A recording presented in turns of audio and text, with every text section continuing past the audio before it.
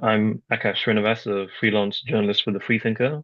Today is the last interview in a series of three interviews with Dr. Richard Carrier on the question of the historicity of Jesus.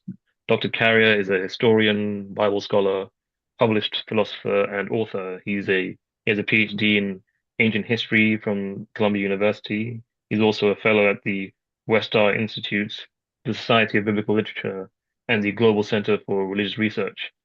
And one of the good things about this book is that it's not necessarily, it's very well written in terms of the narrative. Like you update the last 10 to 12 years of the scholarship and you address some of your critics as well.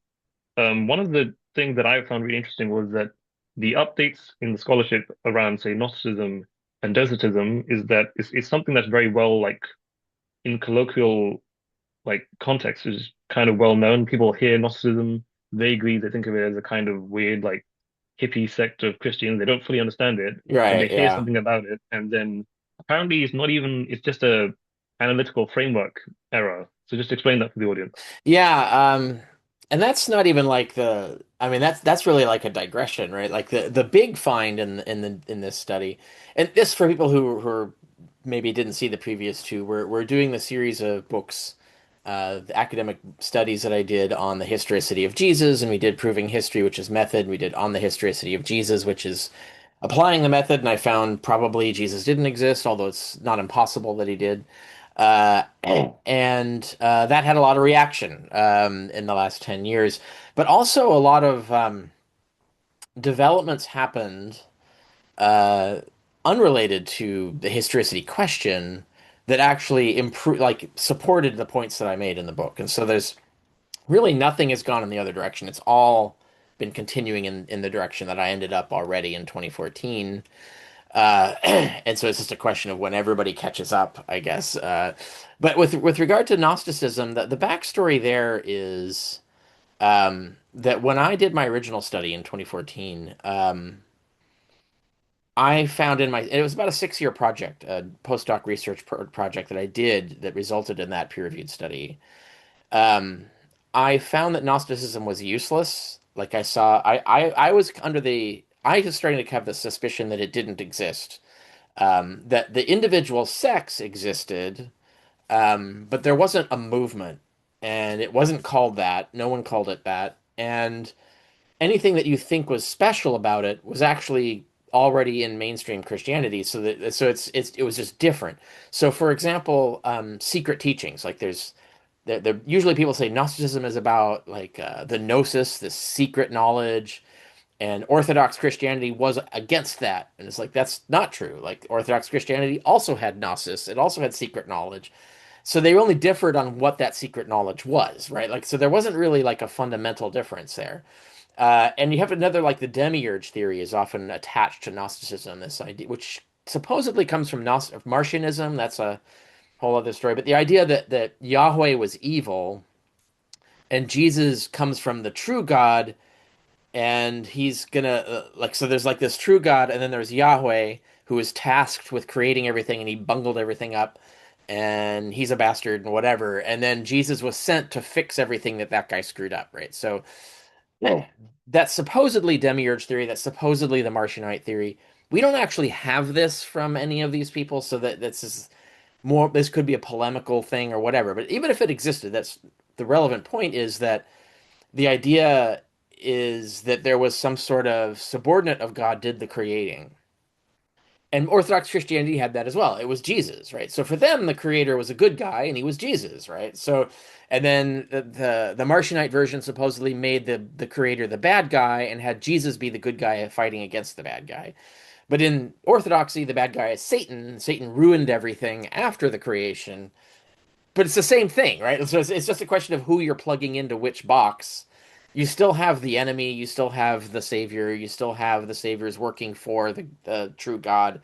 You still have the bad God. It's like the cosmology is really the same. It's just there's not huge difference there. Yeah. And you could go through item by item by item by what Gnosticism supposedly is, and it kind of like breaks down like that. Like there's not really, and then the problem with it is that you would basically describe Martianism and then try to attribute everything Martian believed to all these other sects that kind of sound the same. But that's a fallacy because just because they agreed on one thing doesn't mean they agreed on this other thing, right? So like basically Gnosticism got turned into this sort of false construct that didn't exist. You could get rid of it and just talk about Martianism and Valentinianism and these specific sects, but there was no organizing principle behind these sects. They were not fundamentally different from Orthodox Christianity. Their differences were more on minor things like was the resurrection body made of flesh or was it made of like supernatural material? Does God like sex or does he hate sex? Right? Like there are these little minor disputes that split all these sects off, but there wasn't really a thing that you would call Gnosticism. Anyway, that was what I came to the conclusion of, but I didn't make this point in the book. I just didn't include Gnosticism. Like it never comes up in my study. And so like I didn't declare it doesn't exist or anything like that.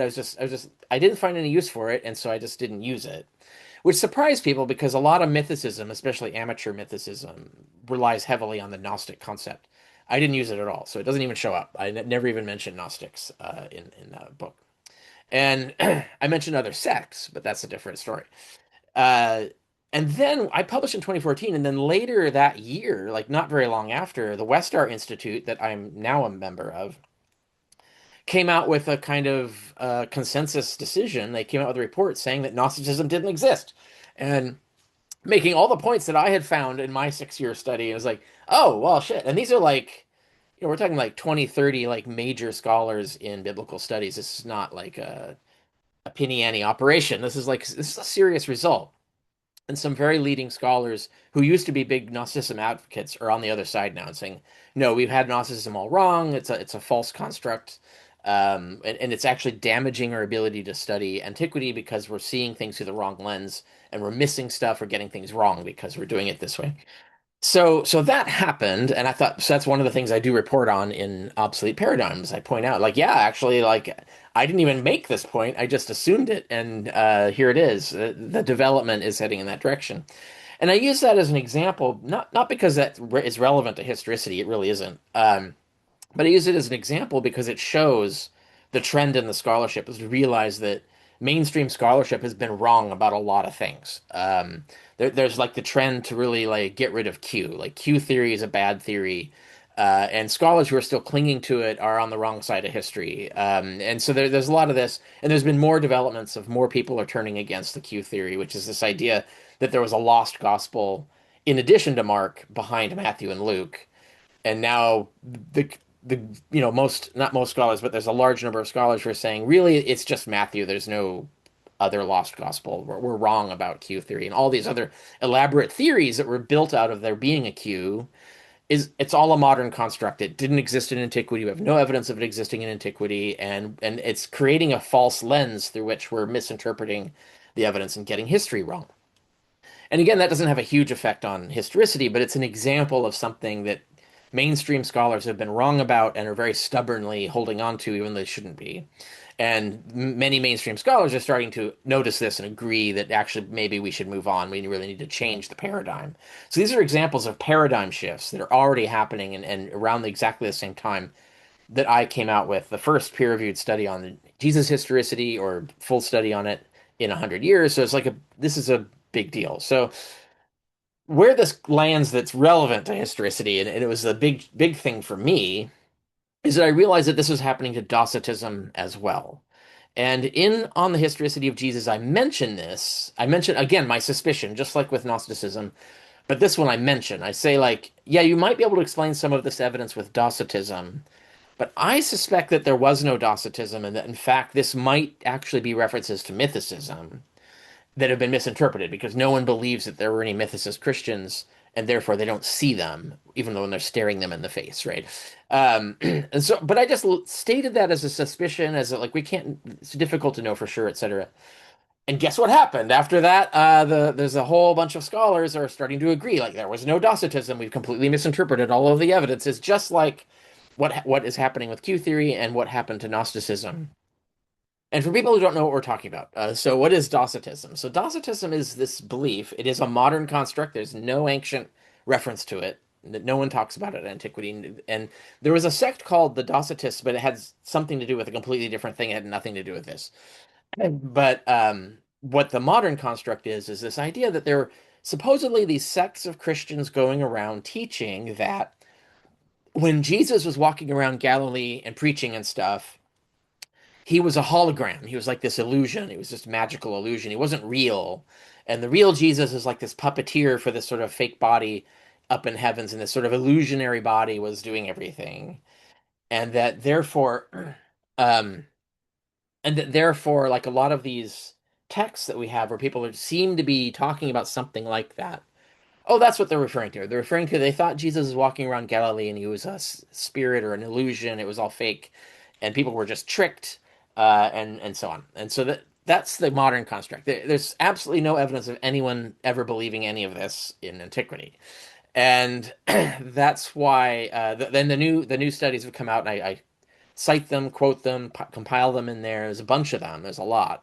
It's not just one or two of us. There's a whole bunch of us now who are coming to the conclusion that we've misinterpreted all the evidence and there was never any such thing as this.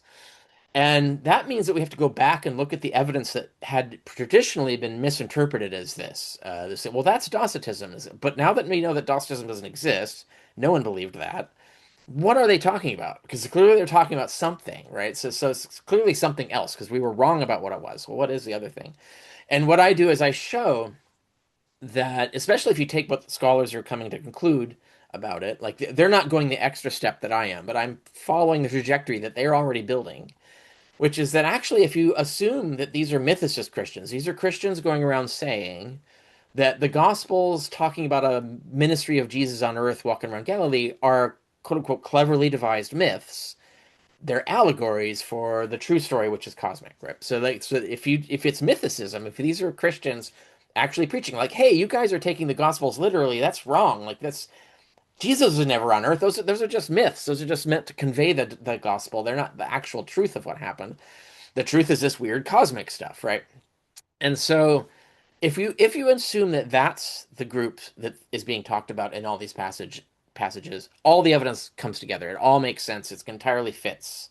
In fact, it's a better explanation than any we've had before. And so really this is important for this because it shows that in the second century, now this is all second century stuff, so it's not close enough to the origins of Christianity to know whether these mythicist Christians go back to the original Christians, because that's the big question that all the other evidence I marshal is to answer that question. Do they go back, or is this a new offshoot Christianity? Is this a new thing? Are they just selling the idea that Jesus didn't exist as a new idea?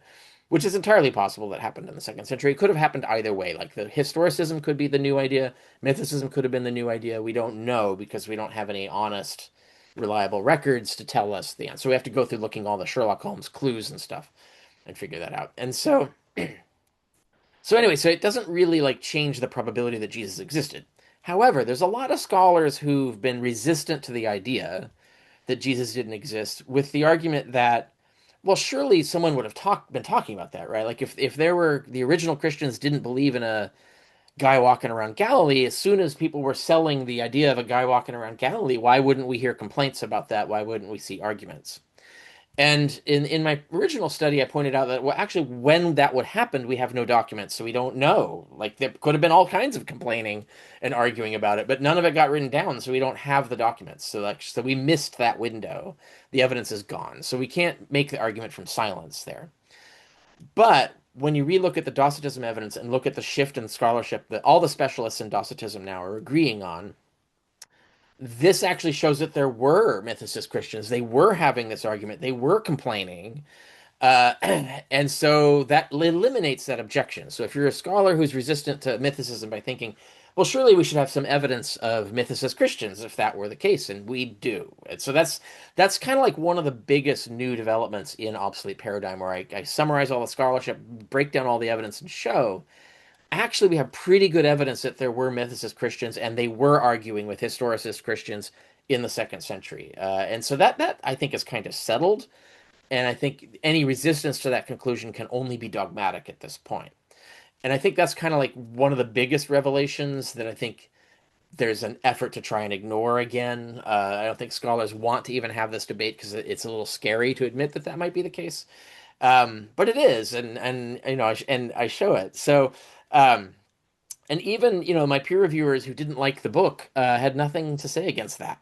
Right? So there's in their peer review reports they couldn't find anything wrong with it. So that's where we are, and so that's chapter 7, I think, of Obsolete Paradigm. And it's like an example of I think one of the most important things that this book does that needed to be done. In terms of Docetism, you mentioned in the book that we're mainly talking about like the writings of Ignatius, First John and Second Peter, and that these texts indicate like their discrepancies indicate that there were mysticist Christians who thought that Jesus was cosmic and not historical, and the reason that they needed to forge this was to create an like a earthly eyewitness account. Is Yeah. that the main emphasis behind it, or Yeah, and I can't remember. I think that's in my original study too. But I now I can integrate it into this new stuff. The big miss there is that there's a lot of scholars who always read Second Peter as arguing against enemies of Christianity, but the text grammatically, very clearly and indisputably, he's talking about other Christians. So he's talking about other Christians accusing his side of following cleverly devised myths. And then to refute this, he says, "We're not following cleverly devised myths. I met Jesus on the mountain," right? So like that's the forged idea. So they're forging this eyewitness testimonial, basically handshaking Jesus and say, so obviously, and God declared from I was there, I heard the voice declare he was whatever from heaven and so on. So whoever wrote, we know this is a forgery. That's the other thing. Like it's the mainstream consensus. Second Peter is a forgery. It is a completely different style from First Peter, so clearly can't have been written by the same person. But it refers to and therefore pre or post dates First Peter. So if First Peter is authentic, then Second Peter is definitely not authentic. And either way, it's not authentic, even if First Peter is not authentic, because then Second Peter is even less authentic. So we know it's a forgery. We know someone's faking it. And we know it's post-gospel because it uses gospel material to forge this sort of eyewitness testimony. But what this tells us is that the forgers clearly are facing hostile attacks from fellow Christians who are telling them that the Gospels are myths, that no one actually met Jesus on earth. That's a myth. It's a edifying myth. Like it's a purposeful myth. It's not like ridiculous or bogus. It has a meaning, but it's like the meaning of the parables of Jesus. Like when he talks about the Good Samaritan, there's no actual historical Samaritan. The story is just supposed to convey something about ethics and the gospel and so on. And so they're saying that all the Gospels is just the parables with Jesus as the main character, right? It's all mythological, and that's not weird because a lot of the religions around at this time, especially the mystery cults, worked this way. We have this explicitly from Plutarch, where he says that Osiris cult was doing the same thing. They had like the Gospels of Osiris, where he's walking around as an earthly pharaoh, plugs into history, he's on Earth doing stuff. Um, but that was all myth, and the real Osiris actually never gets to Earth. He only comes down below the moon and gets incarnated, technically reincarnated, gets killed by their equivalent of Satan, and then resurrects in glory and reestablishes his authority over the universe. And so it's all a cosmic thing, but and the earthly stuff is just allegories for it. So the Christians are not. This isn't a weird thing. This is a thing we would expect Christians to do because everybody else is doing it. So here we have this evidence here, and what does this forger do? He first of all he slags these people off as immoral, horrible people. Never talk to them. Don't read their stuff. That. But also his idea of how to refute them is to fake a testimony to a historical Jesus, which tells us that the other side was denying that, right? So like that this is evidence here of a sect of Christians who were mythicists, who thought that there was no earthly Jesus. Jesus was going to come later, but he hasn't come yet, and that the Gospels are just allegories for the teachings or what happened cosmically and so on. And so that was the original point. Now I can integrate it even better. The Johannines fit the same kind of model. And now, because they're actual Docetist scholars, the specialists in Docetism, who are writing about this, and I quote them and talk about them in the book, who they're making the same point, where they're a similar point, where they're saying what we're seeing here is a competition between they call it traditionalists and mystics, and the mystics are the ones who think you only meet Jesus in Revelations, and therefore Jesus is a living voice. So like you can still have revelations of Jesus, and the canon is not closed essentially. But then you have the traditionalists who say, no, the canon was closed. And in order to make that the case, they say, well, no, it was closed when Jesus died, and his disciples are the last people who get to be authorities on this. And therefore, only if you trace a pedigree to the disciples can you be teaching the true teaching. And these two groups were at each other, disagreeing on these at this point. But this meant that the traditionalists had to be historicists because that's how you create this argument against the mystics. That's how you shut down the revelators by saying there was a historical Jesus, so therefore, obviously, the canon closed when he picked disciples and died, right? So that's the political way that they gain control of the church and the message. They have to create a historical Jesus to do that. Whereas the mystics had no need for a historical Jesus because to them, Jesus only shows up in your brain, and anybody can at any time some new guy can come along and have a new revelation from Jesus. And of course that breaks down, that's too anarchy, there's too much anarchism in it gets rid of hierarchy, it gets rid of the institution. And so if you want to be a hierarchical patriarchal institution, you got to get rid of the mystics. And so that's where this argument shows up. And so there are scholars pointing out that this argument is showing up in like Second Peter and the Johannine letters and other places. And what I'm pointing out is like actually your narrative maps exactly onto the historicist versus mythicist narrative. In fact, there's nothing here that would suggest that it's not that actually.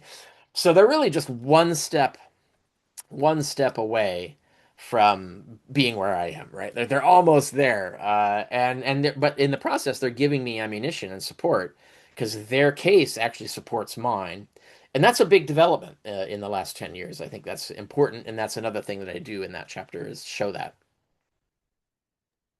And one of the things you mention is that the way in which Ignatius and First John and Second Peter can be used as evidence is it demonstrates that in the early religion, Christianity was very liable to like destroying pieces of literature that it disagreed with or that it thought was unnecessary, and that this like Nag Hammadi was the find in Nag Hammadi was an example of this, and that this illustrates the distinction between mythicists and historicist Christians in the early time. Yeah, I mean, obviously the historicist sect won, right? They gained imperial power and had the authority to just go kill, expel, get rid of anybody who didn't agree with their party line. And so they got to choose all document survival. And that didn't necessarily mean that they destroyed books, although we have evidence of them doing that. But even if they weren't destroying the books, they were throwing them away, right? Like saying, like, we're not going to spend money preserving these heretical things that even Second Peter says we should never read, and Ignatius says we should shun it. We got to get rid of this stuff. So they'll just throw it in the trash, right? They don't bother copying it to keep it preserved for us to know about it. And we know that because Ignatius refers to these other people, and we have no literature from them, and we know there's tons of literature that existed that doesn't exist. Everything that was against orthodoxy is gone unless it was hidden, and it bypassed this getting rid of paradigm, right? Which is important to note that this does not require a conspiracy. This just requires a common belief in terms of what literature to preserve and what not. And so no one had to coordinate this, right? The Orthodoxists just don't want that literature, and so they get rid of it or don't copy it, and it just has the effect that we observe. And sometimes we do see, though, they had coordinated destructions. So like, we know there were guys hunting down the Gospel of Peter to get rid of it, for example. And there was probably more instances than we have evidence of that. But I think most of it is just a natural, organic. We keep the books that support what we want, and we're not going to spend any money preserving the other books. And therefore, that's why we today don't have any of those other books. And that's important because that means the record has been heavily doctored. You could think of it more like Soviet Russia, where you only get to read the version of history that they preserved. Everything else was destroyed or lost or thrown away or just not recorded. And so that makes it difficult to get at the truth of the history of the USSR because we have so many of these false narratives. Now we have the advantage that we can actually go talk to people who lived during the USSR, and we can actually, and we had like the fall of Berlin allowed us access to documents that preserve some of the truth. So we have all this information that we can get to. But in antiquity, that stuff is lost. Like, except for, you think of like Nag Hammadi, you mentioned. Like, they stuffed a bunch of stuff in a pot. That's just like the Berlin Wall falling, and we got the Stasi's records, right? Like, that's a much better cache to get, but it's similar to where like we weren't supposed to get that. and happenstance allowed us to, but that we only get those few rare snippets of when something got past basically the Soviet rewriting of history or the Christian rewriting of history. And there's a good book on this, by the way, by Marcus Vincent. He wrote a book recently on this, where he goes through Christian history backwards, all the way back to the beginning, and shows this deliberate distortion and faking of history is the norm throughout the entirety of Orthodox Christian history. And one of the more recent developments in the scholarship is not just the updates in Docetism or Gnosticism, it's also the way in which the the New Testament is interpreted. If there was for a long time a disagreement about whether the Gospels were a kind of oral law that should or should not be taken with a certain like Mhm. as an evidential foundation.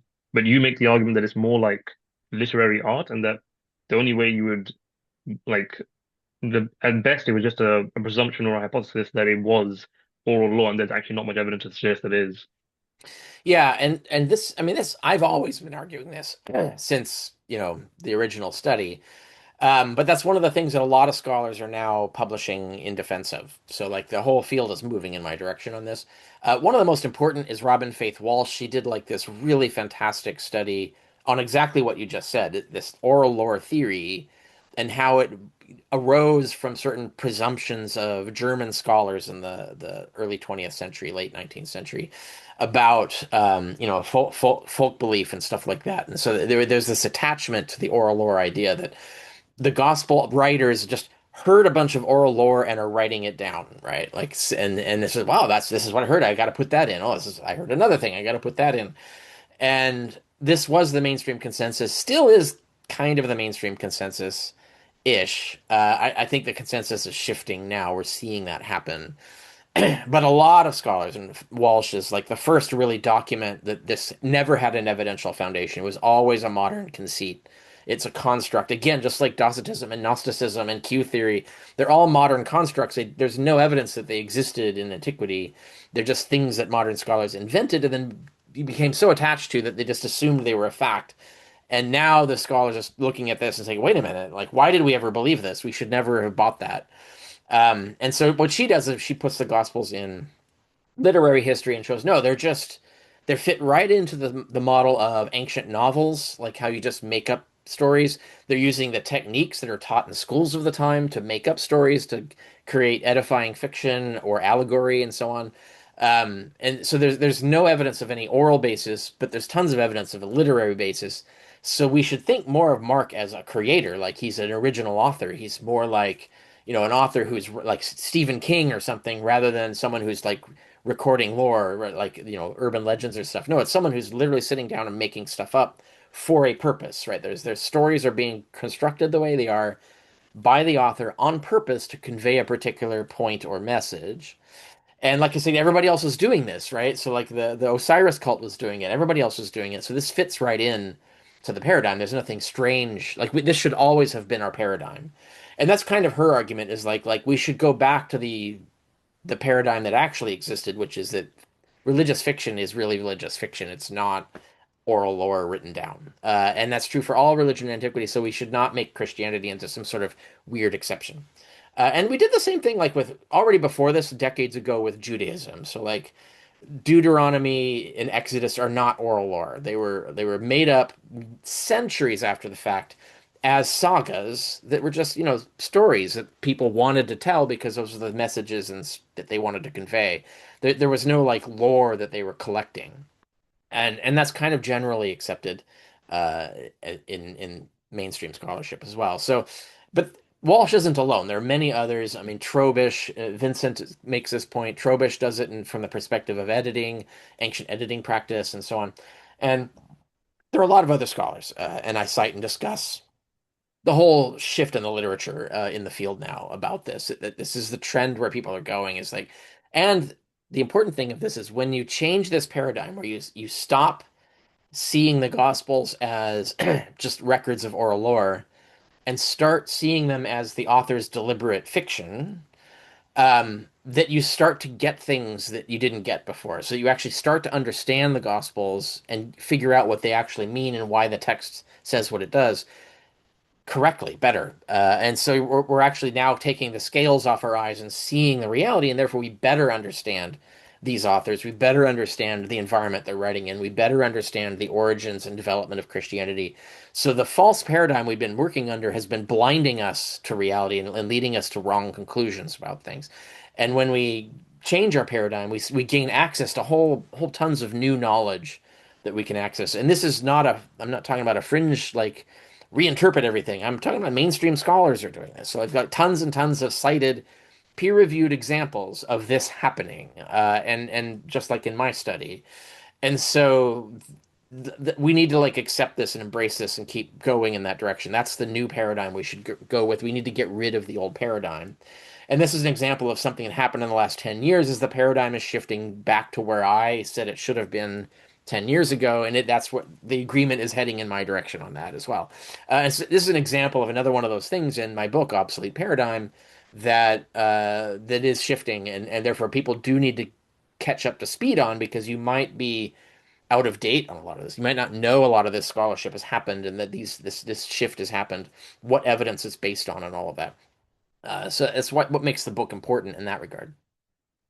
And the reason why the distinction between oral law and literary art is important is because if you start thinking of it as literary art as like novels that the gospel writers made over time and embellished, you actually engage in a critical analysis of their motives. Like, why would they make this? And that leads to a more like leads you more or less to the conclusion that like most of the New Testament are actually forgeries. And I think even Vincent and Trobisch more or less agree with you on that. Yeah. Yeah, they even go further than I do, actually. Nina Livesey is another who's done this. They're going even further than I did and saying that there actually might not even be any first century literature, that it was all forged in the second century. I have strong arguments against that, so I'm actually closer to the mainstream than they are. But those are like major mainstream studies, right? Like they're like serious peer-reviewed studies from serious academic presses from serious professors of this subject, so they're not fringers.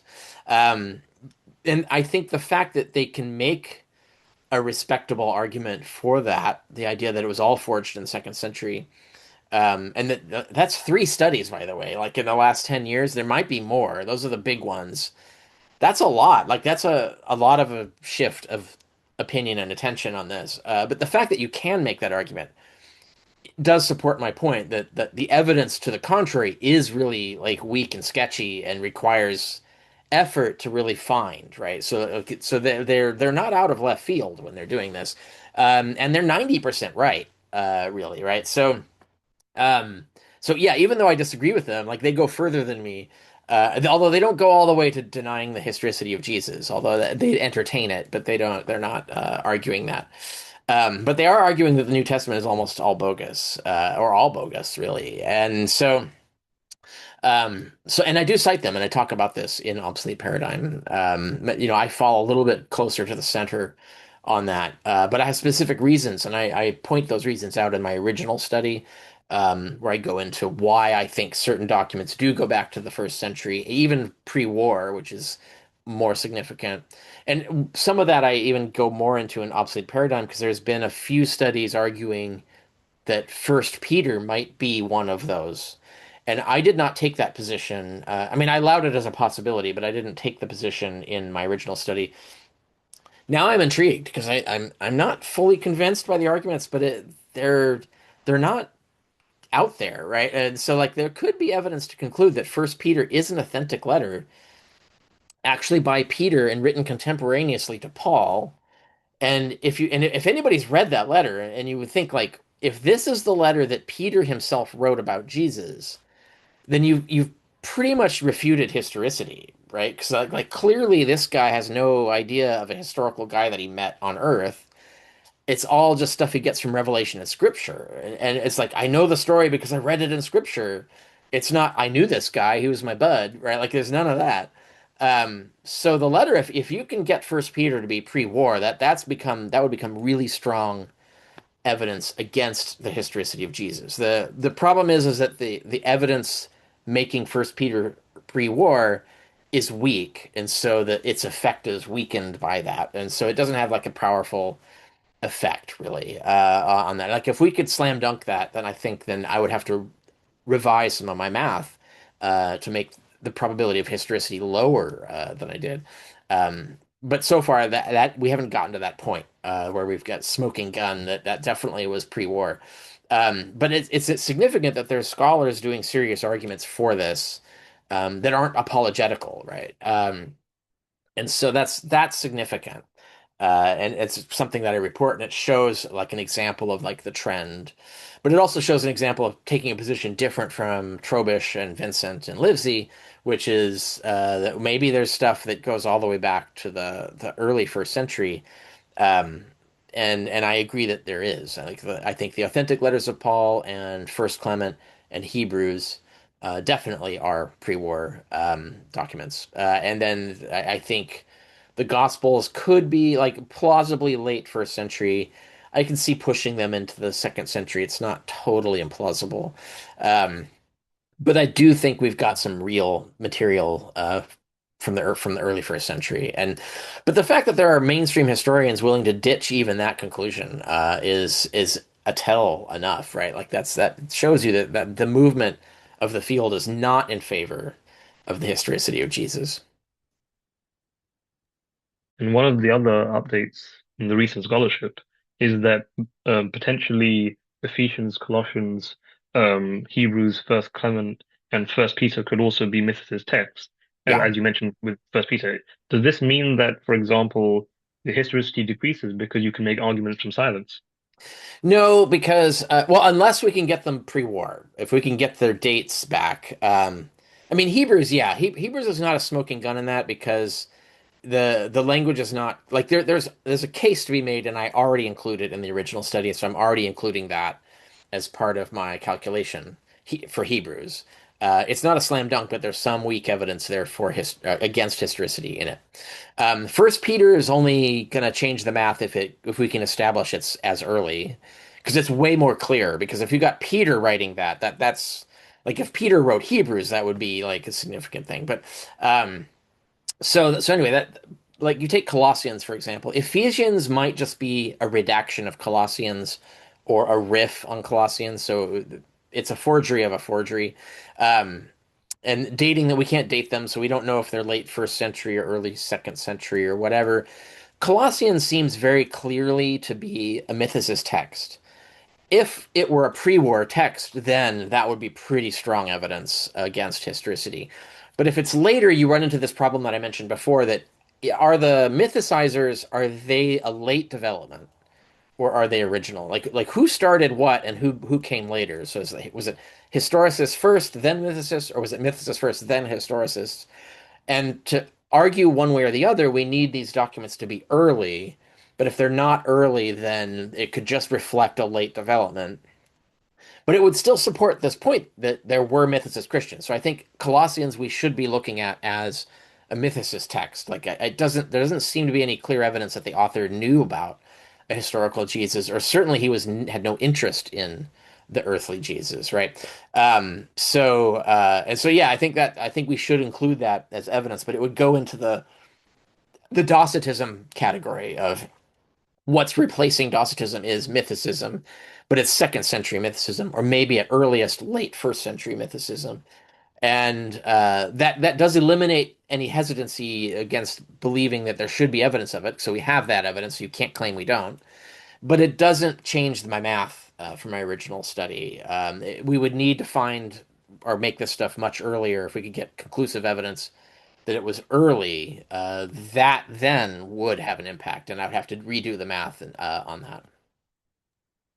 In terms of responding to your original monograph on the history of Jesus, you there were a lot of reviews. There were like people like, for example, Daniel Galetta. You mentioned him in the Obsolete Paradigm as well, about where he kind of sort of makes concessions, but he nonetheless comes back to the standard position of there are a lot of points to be made about improving methodology and stuff, but at the end of the day the mythicist thesis is untenable, unpersuasive, it's unconvincing, and there are a lot of reviews like this where they try to like make an argument like ad populum and say you've not been able to convince the majority of scholars, Yeah, therefore that kind of right. somehow means something. But like, how do you respond to these sorts of arguments? Yeah, well, of course, that's chapter three of Obsolete Paradigm. Yeah, so people might want to know that I do respond to all the peer-reviewed responses to my study in Obsolete Paradigm. So everything that went through peer review of any kind. Academic reviews are not very well peer-reviewed, so they're mostly just published. So it's kind of like the editor. There's not really proper peer review of those things. And so that's and there really was no peer-reviewed response to my book at all. The in the proper sense, like the academic reviews are just academics publishing reviews in an academic journal, and that's not really no one's fact-checking their reviews. They're just trusting them, and they're not correct. Like most of what they say about the book, they skip almost all the arguments, pretend they don't exist, and then the ones they do address, they get wrong. In some cases, I think deliberately, and so that's kind of the thing I point out is like the response seems evasive rather than actually addressing the ad. So we don't really have a real response. We have pretenses of responses where you have the straw man built and knocked down, and then say, okay, we're done, we can walk away, which looks evasive rather than it looks like they don't have a real argument. So all they can resort to is bogus arguments. And if it was just a few apologists and then we had some serious responses, okay, but if all the responses are this sort of evasive, we're not going to talk about the actual argument and evidence. We're going to misrepresent the arguments and evidence and claim we've defeated it. And that's all there is. That's all there's been. If that's all they can come up with in 10 years, the entire field of biblical studies, that's all they can come up with in 10 years, that suggests to me that we should abandon this paradigm of a historical Jesus because they can't defend it. They're basically admitting covertly that they can't defend the historicity of Jesus. They have to come up with all this other stuff.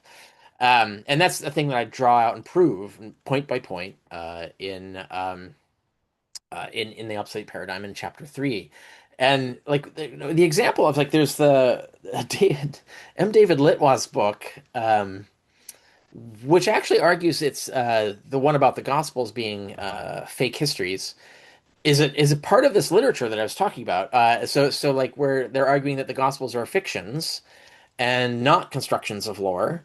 And so he's part of the trend coming to my direction. He's also one of the people who says outright that Docetism didn't exist. So he's one of the Docetism specialists that I cite that is actually going in my direction on that. But I think he has the fear that admitting all of this gets too close to offending his peers by saying maybe Jesus didn't exist, or himself, depending on whatever his beliefs are. So he has this section, like 30, 20 pages in his book where he just burns clock arguing that I'm wrong, and therefore we can move on and assume there was a historical Jesus, even though he doesn't really care anything. We can't know anything about the historical Jesus, but there definitely was one, is the position he takes. But everything he says is false, right? Like this line by line by line by line, everything is false, and which means that his peer reviewers didn't check any of that. And but why? Like, why do you need to say 20 false things to make your argument? Why do you even have to say one false thing to make your argument? Can't you make your argument with true points, right? So that's an example of the thing where I think the field is kind of shirking its moral and professional responsibility to actually confront the evidence on this and are coming up with apologetical devices and ways to make it go away by essentially lying about it. And that again is like a demonstration of sort of corruption in the field that is holding back progress towards correct understanding of history. And there were one or two like other critique. I mean, it's interesting that it's almost all like book reviews, like vague book reviews, It almost is no only book scholarship. reviews. Yeah, it's only book reviews. There were a few articles on specific points, um, but even those get things wrong. And then there was those 20 pages in Litwa's book, which is it's not a full treatment, and it was completely dishonest, right? Like there's not even anything correct in it at all.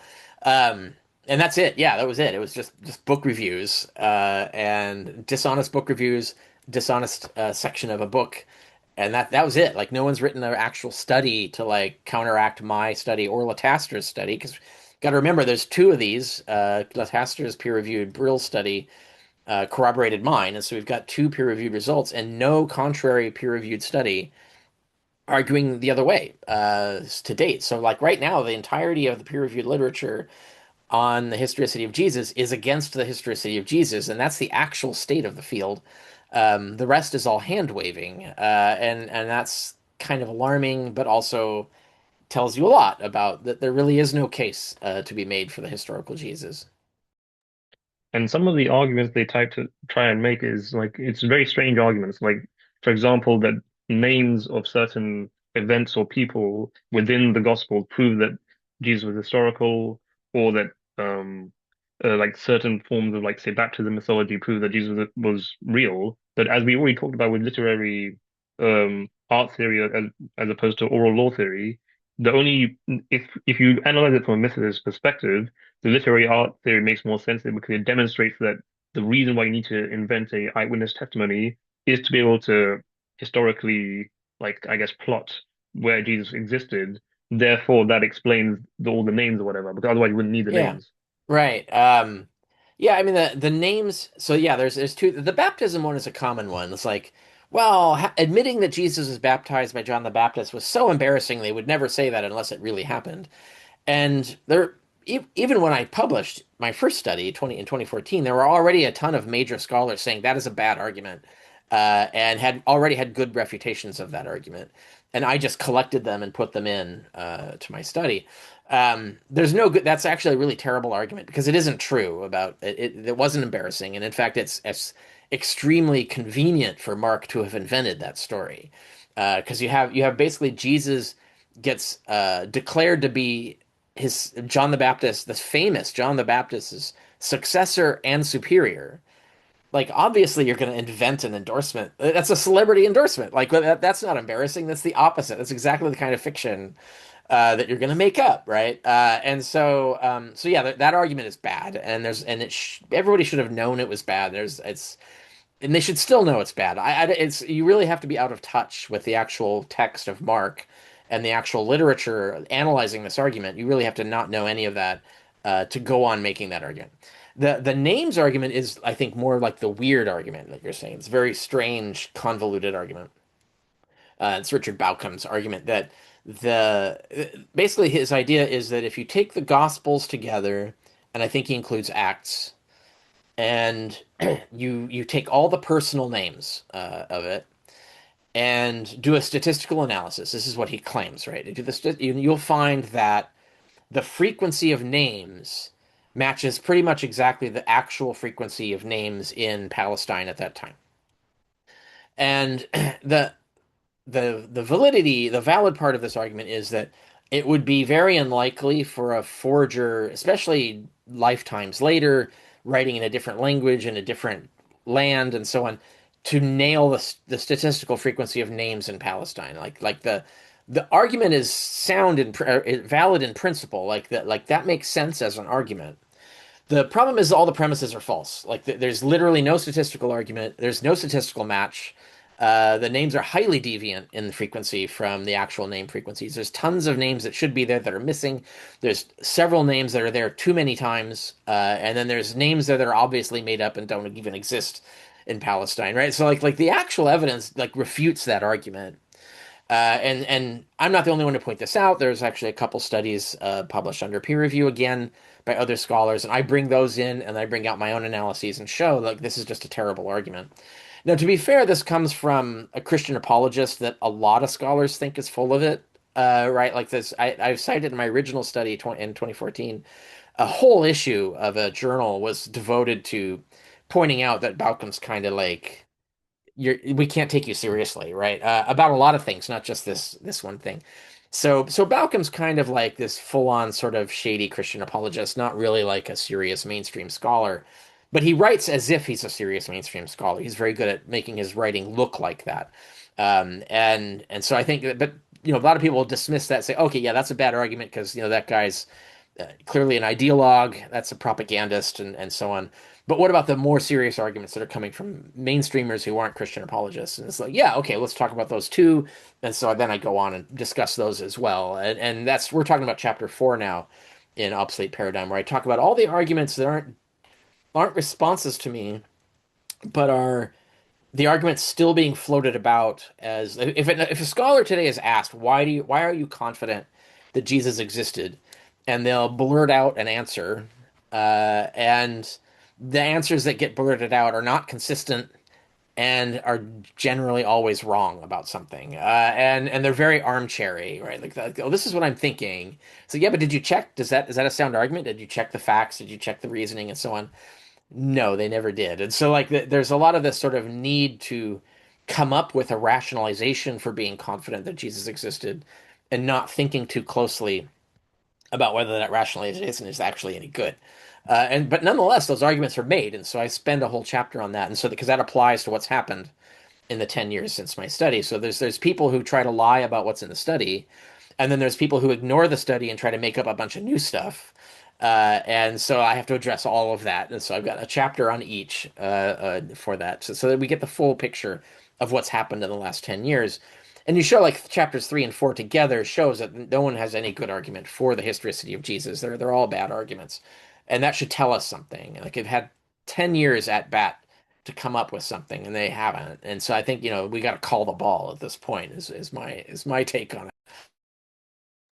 And I guess it still makes sense because they're still using similar kind of like, I guess, arguments from embarrassment about like, for example, the illiteracy of the apostle, as if that somehow, even if you could demonstrate, it doesn't necessarily prove that the apostle were telling the truth. But, and this is part of their problem of the historicists' problem of using bad methodology. There was a recent study, I think by the Gregor team, Camille Gregor, where they tried to apply Bayesian analysis, and they claimed to be able to increase the probability that you had from one third that Jesus was real to about like 99% or more. So they, if I'm not mistaken, they tried to like ex expand the rank-Raglan set Right. data Yeah. set, but they added a whole bunch of people that didn't need to be there. Could you just explain that? Yeah. So there's two studies that one builds on the other, and they make different mistakes. These two. So the important one is the one that you just mentioned, and this is the only response that has occurred under peer review to my study that actually takes my study seriously and actually addresses the methodology, and tries to move the ball forward using the methodology, which is what I called for and what I wanted to see. And I was hoping we would see more of this. I think if there's going to be any critique of my study, if there's going to be any counter study arguing for the historicity of Jesus that gets published under peer review now, it needs to do the kind of thing that they did, right? And I point this out in the book, and that's covered in chapter 6, like the end of chapter 6 of Obsolete Paradigm. And so I was very grateful for that they actually did that. Now they make a bunch of mistakes, so their conclusion ends up being wrong, but they get some things right that changed my opinion on some other things. And so I actually do have to update. It did have to update my study and its results. The change was small and not really that significant, but it had to be done because they did succeed at demonstrating something that I had wrong back then. So that's the gist of it. But let's get into the details of it. The hang on a second, my slippers have fallen off and it's cold.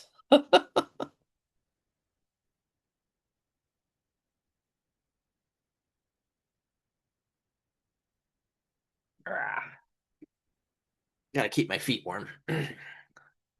Okay, so all right, so back to that. So what they do is they try to expand. So I had the rank Raglan set. I found about 14 members who score above half and therefore are heavily mythologized, not merely mythologized, but heavily mythologized figures. And then we talk about this in the previous episodes of our thing. So people want to go into that in more detail. I totally recommend going back and watching those because we talk about this a lot more there.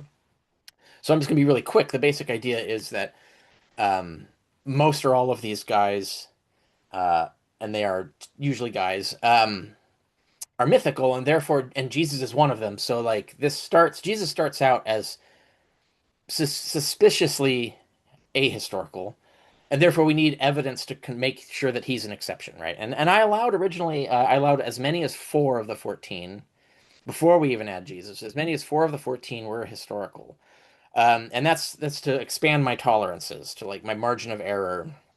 It's like I could be wrong, so I start on the bottom margin is They're all fake, and it looks like they all are. And the top margin is, well, four of them are historical, but the rest are mythical. And that's my margin of error for the prior probability for Jesus. And then we go to the evidence to see, is there evidence to pull Jesus out of that and show that he's one of the exceptions who really did exist, that he's like one of those four and not like one of the other 10. And that's what all the evidence would do, and so on. And so this is the proper procedure. The Gregor study actually agrees that this is the proper procedure. And but what they say is like, well, but Carrier was wrong. There's not 14. There's like 33 or whatever. As they make the list huge. And and yeah, when you do that, like if you accept that, then yeah, you get a much higher prior probability of historicity with that. Because when you add it up to 33, almost all of them are historical, or at least a lot of them are historical. And I think they even get it bigger than that. Anyway, it's something like that. And the problem is the almost all the people they add by expanding the criteria so much as to basically include anybody, right? So that what they're doing is they're creating a set actually of merely mythologized people, and that's not the relevant set because Jesus is in the heavily mythologized set. So we need to look at heavily mythologized people. The historicity of merely mythologized people does not inform us about the prior probability of the historicity of Jesus because Jesus is not in the merely mythologized set. He's in the heavily mythologized set. So most of their add-ons are wrong. Like they're squeezing them in illegitimately, and they're building the wrong set. And I actually already anticipated this and talk about this in the original study. I talk about what if we use a different reference class that has more members that are historical. I already pointed out why that doesn't work. And the same thing that I say there refutes that paper. So they kind of ignored the original study's actual analysis of this, so that was a failing in and of itself. Anyway, I point out all of this and show all of this in Obsolete Paradigm. Now, what did they do though that caught me? That got me to change my mind about something, and that is that they show convincingly to me that three people do belong on the list that are historical people. So Alexander the Great, Mithridates of Pontus, and Apollonius of Tyana. The historicity of Apollonius is not certain, and I actually do the math for him in Obsolete Paradigm. I find on balance he's more likely to be historical than not, but it's a weak finding. But Mithridates and Alexander are the overwhelming, like the evidence for them being historical is huge. And so I count them. I said, yeah, you know what? I should count them. So I got to put those in the 14. So now we have 17, and Jesus makes 18. And now we can redo the math and see what it comes out to be. And that's what I do in Obsolete Paradigm and in the appendix to Obsolete Paradigm redoes it so you can see the effect of this one change. This is the only thing that's been corrected uh, significantly in my original study was this. And the problem is, though, that I had already allowed for four historical members. So their finding of three, and I say their finding meaning their actual finding, not the sort of padded finding that they were promoting. When you get rid of the padding, you end up with just three. And so this is my finding about their study. So they end up with three. So when you add their three, it gets rid of my lower bound of zero. So originally I was saying the lower bound, the margin of error on the low side would be 0 out of 14 or historical. Well, they've confirmed that it's at least 3 out of 17, right? So like that changes the lower bound. And then the upper bound though, I already said 4 and they're saying 3. So they're actually below my original upper bound, right? So their finding is actually within my study's original tolerances, which is actually a confirmation. Like a refinement, like it's getting that it's narrowing the margins, to what they were, but it's within the original tolerances, so they're not actually changing the result of the study. It's more of a tweak than anything. And so, ironically, the result, if you do the arithmetic, is that the prior probability goes down from 1 and 3 to 1 and 5, and then 1 and 4. Sorry, 1 and 3 to 1 and 4, and then 1 and 5 on the or something else. So anyway, it's a smaller one. Is it 1 and 5? I can't remember. The lower margin comes way up. Let's put it that way for the prior. The evidence still kicks. Like there's a lot of evidence on the low end. My low estimates, my favorable to mythicism estimates, still gets the historicity of Jesus below 1% on the low end, but on the high end, it's still close to between 1 and 4 and 1 and 3. It's still roughly around there anyway. So like the size hasn't really changed a whole lot. Um, But the irony is that their true result ends up lowering the prior from where they wanted it to be rather than raising it. But that results from realizing that they've padded the set with people who don't belong in a heavily mythologized set. And so that's the key thing that people need to understand about how to do this correctly. And so hopefully any future criticism will take that in mind. And so if you're going to change the result, you've got to actually stick to, heavily mythologized people. And anyways, which could happen. Someone could do a complete survey of all heavily mythologized people, not just the rank Raglan set, like just all of them in antiquity, and get a different historicity frequency than I did. And then I would think that would be super useful progress, and then I would use that study to update mine and so on. But no one's doing that. Like the closest that has happened has been this, and the best they came up with is that they found three guys, not the 30 plus guys that they were claiming to have. And as they were adding all these other merely mythologized character sets that don't belong there, they thought that if they could add Jesus to the merely mythologized set, that would somehow remove him from the heavily mythologized set, which it wouldn't do. Like it's possible to be part of both sets. Yeah, I don't know that they say that in the study. So I wouldn't openly accuse them of doing that. I think that because there's one sentence in the study where they mention that their results could be bypassed with some sort of distinction between heavy and mild. But they just skip right past it and keep going, right? So I think they're aware of the criticism I'm just now making, but they didn't explore it. But they didn't make the opposite argument. They weren't really claiming that the merely mythologized people are heavily mythologized people. I think they were aware that maybe that might be a problem with their paper, but they didn't like develop that. Um, so I developed it. So that's what comes up in the second half of chapter 6 of Obsolete Paradigm. In terms of, I mean, at least there was this one study, the Gregor study, that actually tried to do a proper analysis. In terms of generally getting more peer-reviewed scholarship, if I'm not mistaken, there's been a lot of resistance to getting your or any mythicist scholarship in general through certain peer-reviewed journals and whatnot.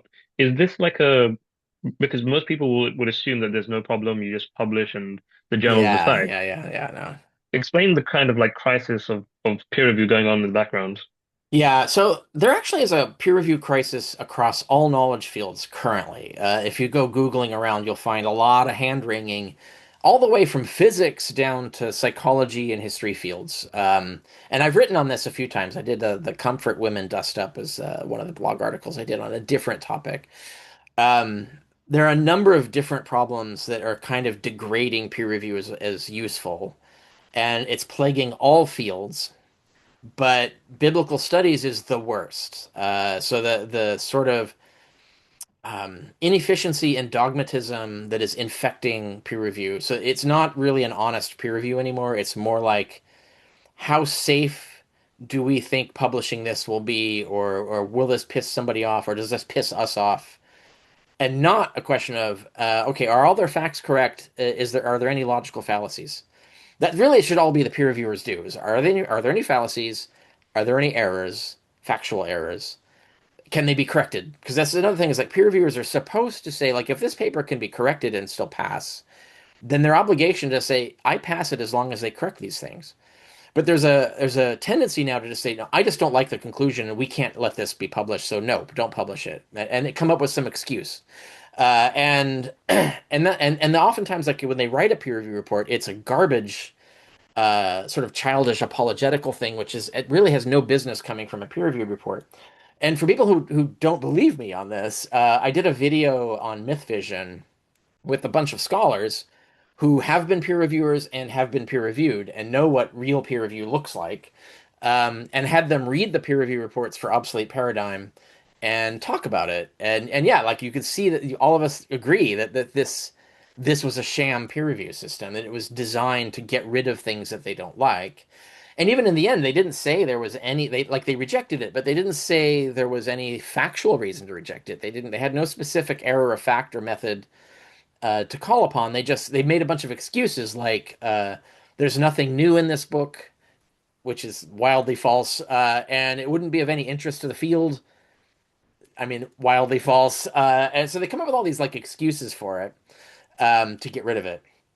And that was irresponsible. It was irresponsible for the editors, irresponsible for the peer reviewers, and it just shows that the system is corrupt in biblical studies. That there's a certain dogmatism controlling what survives peer review now, and it's kind of like rolling dice. And so that's why you could get some fringe things can get through. Like I think you think what let Livesey's book get through. I think she got lucky. She got like rolled the dice, got some peer reviewers who were decent, and not dogmatists. But I think more and more dogmatists are controlling peer review, and this is actually relates to the broader peer review problem. So one of the things that all fields, all other history fields, all science fields have been complaining about is that no one does peer review because they see it as kind of like a waste of time, or they're too busy, they've got their own shit going on. So there's a struggle to find peer reviewers. Now, what happens when that happens is that you find people who want to control the narrative are now going to gravitate to be peer reviewers. So you're basically inviting people to come in and do a George Orwell on your entire peer review system. It's just like you think the Catholic Church, like you create a system where you're going to put single men in the company of children with an aura of authority, and you're gonna defend anything that happens and hide it. You're basically asking for pedophiles to become priests. Like you're essentially saying, hey, we want pedophiles, right? Like that's why there's so much pedophilia in the Christian church or the Catholic Church is because they go there. Like that's the perfect place to go if you're a pedophile. And the same thing's happening, I think, with peer review is that by no one taking up mantle of peer review, ideologues and dogmatists and apologists are rushing in to capture that. And that's having a negative effect on the quality of what gets published or the freedom, let's call it the academic freedom of what gets published. And you can see that happening in real time with peer review reports of my book, where and that discussion on myth vision is important because it shows you, like it pulls the mask off, which gets to another problem is that it used to be that we used to trust double blind peer review as some sort of control for bias. But now, like lots of authors in all fields are starting to point out that actually that was a bad idea because double blind allows concealing shenanigans, right? So like you can't tell that they're doing a dishonest peer review because it's all hidden. You never get to know who did it. You never get to see the peer review reports like the author might, but like the public doesn't get to see it. So this it's become a system of secrecy to conceal the corruption. It's not being exposed to the light of day. And this is, like I said, a problem across all fields. And so a lot of scholars in many fields are saying we need to get rid of blind review and have open review now because we can't trust these guys. Like we can't trust the reviewers to be honest or competent or to do their job. And because a lot of people are seeing, in a lot of fields, are seeing really bogus peer review reports, getting rejections for no reason, or acceptances that should never have occurred too. So there's it's false positives and false negatives happening. And so there's this trend now, I think, to push for it's not a lot of people are doing it. I think there's a sort of hesitancy because everybody wants to preserve the corruption, right? Like no one wants to like have the rock kicked over, right? Like to have open review would be a problem for people. But that's exactly why we should be doing it. So and I used to be on favor of the double blind. I thought that was a great system, whatever. It's because that's what everybody told me and it seemed to make sense. But now that I've read all of the articles of people saying that it's a bad system, it preserves corruption and failure modes. We need an open system, and they've convinced me. So I do think we need open review now. And if I had thought of that, like if I was not so naive as to think that I would get bullshit reviewers, um, that I wouldn't get bullshit reviewers, but I did. I should have asked for open review from the top, and so I think. And I think I would do that in future. I can't control journals because they've got their own fixed systems. But if I ever do another peer-reviewed book, I think I'm going to ask for open review next time because I need people to see what actually goes on, the sort of shenanigans and bullshit that goes on at that level. But I think biblical studies is the worst of them all. But like I said, it's across all fields. It's a growing problem. In terms of peer review, generally speaking, when people think about peer review in any academic field or journal, they would assume that they would analyze your scholarship, your evidence, they would cross-reference it with other peer-reviewed scholarship. They'd give you advice if everything checks out, there's no mistakes or fact in your evidence, then they'll just say you can improve little things here and there. If I'm not mistaken, in because I watched your roundtable discussion with Dr. Richard Miller and Aaron Adair on the Yeah. Vision podcast, Hmm. you mentioned that for some reason, what all the peer reviewers of yours seem to be doing is that they have a kind of preconceived bias against mythicists like scholarship, and you in general for some reason they seem to have like a venom Right. against Yeah. you, which is really Yeah. bizarre, but whatever. They have Yeah. this kind of preconceived conclusion, so they can't try and find any minor reason, like there's 10 spelling mistakes, 5 grammar mistakes, therefore don't let it through peer Yeah, review. which is ridiculous because that's like everything has that, right? And that's the editor's job. That's not even the peer reviewer's job, like, right? To like, oh yeah, spelling mistakes. When I do peer review, and I'm a peer reviewer, I've peer reviewed things. If I catch spelling mistakes and stuff, I just say, I throw that on the minor points section. Yeah, the easy fix, just fix all these things, knowing full well that the editor's going to catch if the editor's going to catch more or catch those anyway. But just in case it slips through, I'll put my list in. But in no way would that affect my pass or fail on a peer review because it's completely irrelevant, right? Yeah, it's that kind of dumb thing. And then, but also things like accusing the book of being anti-Semitic, which is like super, like it's a new trend now to like try to dismiss mythicism by saying it's anti-Semitic through this convoluted argument that by saying Jesus didn't exist, we're taking the Jewishness out of Christianity, and that's somehow anti-Semitic. Um, which even just by itself doesn't make any sense, but it double doesn't make sense because actually what we're doing is making it more Jewish by pointing out that the components of mythicism are all Jewish. Like they come from Jewish, emanation logos theory. They come from like the way Jewish authors compose their own fiction and the way that you would Judaize the mystery cults and so on. So we're actually making it more Jewish. We're actually firmly setting it in its actual Jewish context, which is the exact opposite of what they claim, right? So, but they said, no, you get rid of Jesus. Jesus was a Jew. You can't getting rid of Jews. That's bad. And it's like that.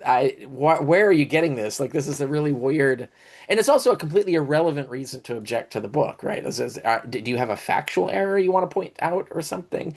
Like, even if there was an actual anti-Semitic entry, you would be able to point out something that was factually false. Like you would say, you're making you treat the Jews as some sort of unified community and blaming them for something. Okay, yeah, that would be an anti-Semitic thing, and then that could be theoretically fixable unless that's your thesis, and then maybe you got a problem. But um, so anyway, like real anti-Semitism can be dealt with through the peer-reviewed process, but this is fake. They're just making it up, right? And so yeah, so it's just really strange that that's happening. But like I said, if you go Googling around the peer review crisis, you'll find zillions of scholars in all fields having similar experiences. It's just worse in biblical studies. In terms of the specific allegation about anti-Semitism, it does seem to be like a more recent phenomenon that people, like historicists, will say that mythicists are supersessionists, and therefore this indicates a latent Yeah. anti-Semitism. Just to explain to the audience, when you what is supersessionism? Is supersessionism necessarily anti-Semitic? Because I'm not sure that, if I'm not mistaken, there are some people, like for Yeah, example, some right. Jewish scholars make the argument that this might not Yeah. even be anti-Semitic. So, yeah, so basically for people who don't know, supersessionism is just simply the belief generally firmly held by Christians that Christianity has superseded Judaism. So, like, Judaism is now obsolete. You should just be a Christian now. Now, that by itself is not anti-Semitic because it's just a factual thing. That's what Christians think, right? So that's just describing It's literally Christianity. the That's basis of the exactly entire what they did religion. and argued and so on. Um, whether it's good or bad, that's a whole other thing. Like if you're arguing that, yeah, of course, Judaism is dirt and Christianity is the way, that's starting to look a little anti-Semitic, right? And that's very different from what you see in like Paul, where like you look at Paul, like Romans 9 to 10, where he's not supersessionist. He's saying that Christianity is better in a way, but the Judaism is still totally cool, and they can live right next to each other, and they're totally fine, right? Like he thinks Christianity is a better version of Judaism, but people who reject the Christian way are still valid, and God will still save them, right? So it's not properly supersessionist. But the ones who say that all the Jews are going to hell and only Christians going to heaven, that's starting to look like anti-Semitism. And in truth, it usually is anchored to a bunch of other anti-Semitic beliefs, because usually there's a coupling going on. So people don't decouple this. They don't decouple the Christian claim that it superseded Judaism from anything else. So if you already accept like ecumenicalism, if you already accept like Jews are cool and they don't need to become Christians, like if you're like an evangelical Christian who thinks that Judaism is an acceptable way to God, if you already accept that, then you're probably going to reject a whole bunch of other anti-Semitic stuff. Whereas if you deny that, you probably are already buying a bunch of other anti-Semitic stuff. And so usually you find these beliefs cluster together, and so it's a dog whistle kind of thing.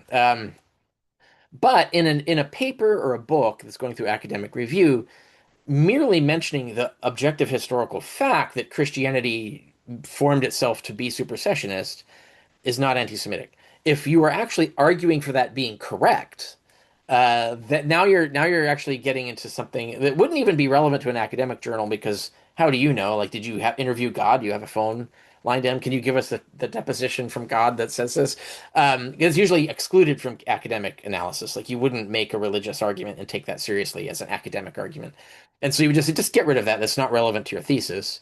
Whereas if that is your thesis, you say, well, then you're publishing in the wrong journal. You should be publishing in like a Christian apologetics journal or something.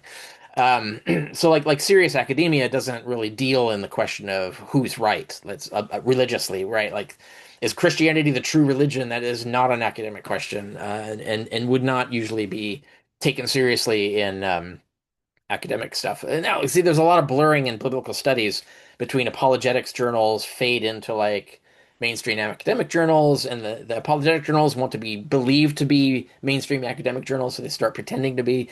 And so there can be this kind of bleed over and sort of disregard of this supposed wall between religious arguments and academic arguments happens a lot in biblical studies, and it is totally happening in peer review because you can tell that my peer reviewers were super Christian apologists, right? So what are they doing? Why are Christian apologists being allowed to peer review academic arguments that they can't religiously allow to be true, right? Like that doesn't that there seems to be a problem there, and it lends itself to corruption, and that's what's happening, right? We're getting corruption as occurring because of that. So yeah, the supersessionist idea, like it does come down to the question of what are you actually arguing for?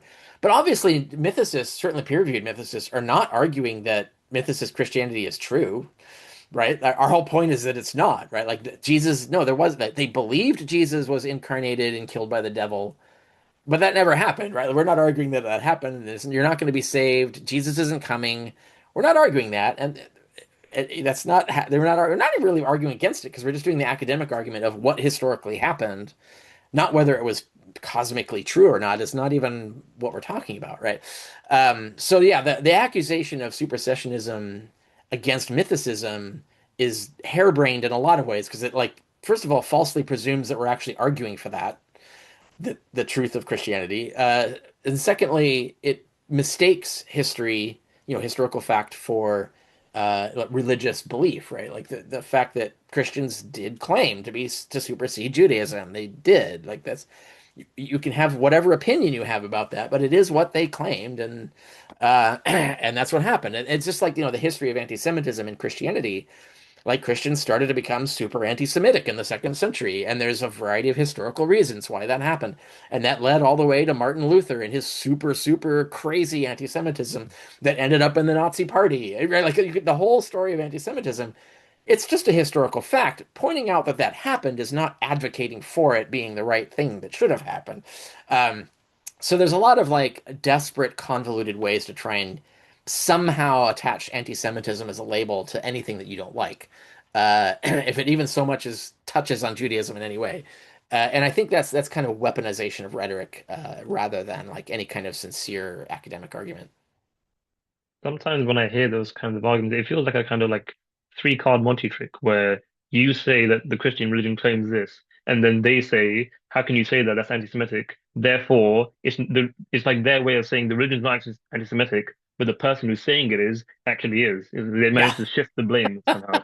Yeah, no, yeah, exactly. And it can be very difficult to get them, like if you corner them with this kind of interrogation, they will play this game where they'll jump from oven burner to oven burner to oven burner until they've gone all the way around, and then it starts over again. And and then claim that they're not burning, right? Like I'm not burning my feet, I'm jumping. but no.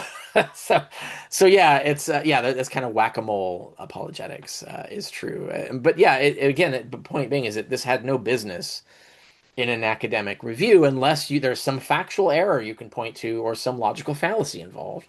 But since I never argue that, they couldn't. Like they couldn't point to any factual error related to it. They couldn't point to any fallacy because I'm not making the fallacious argument that they're accusing me of doing. And so that's what the reviews look like. That they just make up these excuses in their head from the armchair that completely ignore what's actually in the book.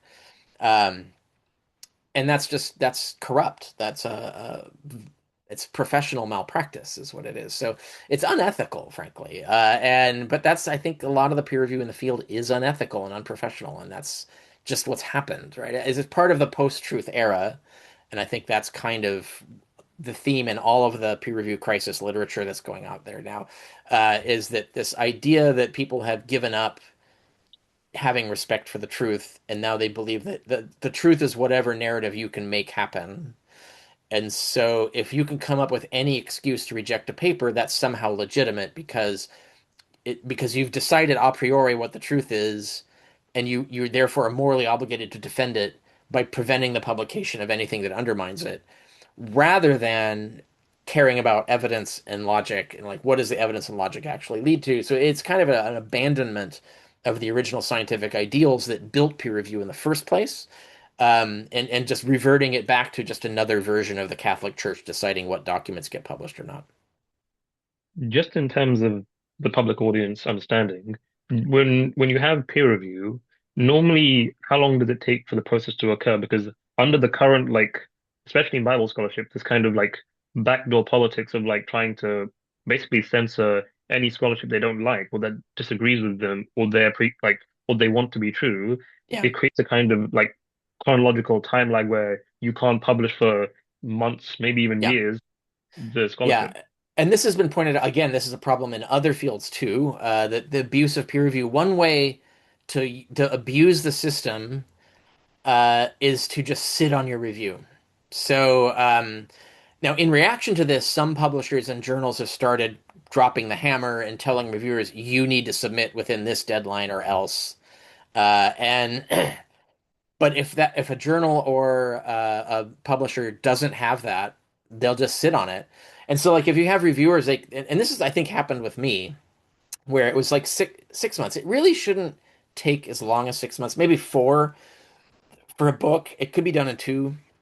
It'd be very odd. 6 months is a really long time to do peer review for a book. And and so, but they took 6 months, and I asked my publisher, like, it's been 6 months, like, what's up? Like, where are the reviews? And they came back with this sort of like, well, the reviewer said this, and it was there's nothing original, all that stuff. It has nothing to do with the content of the book, really.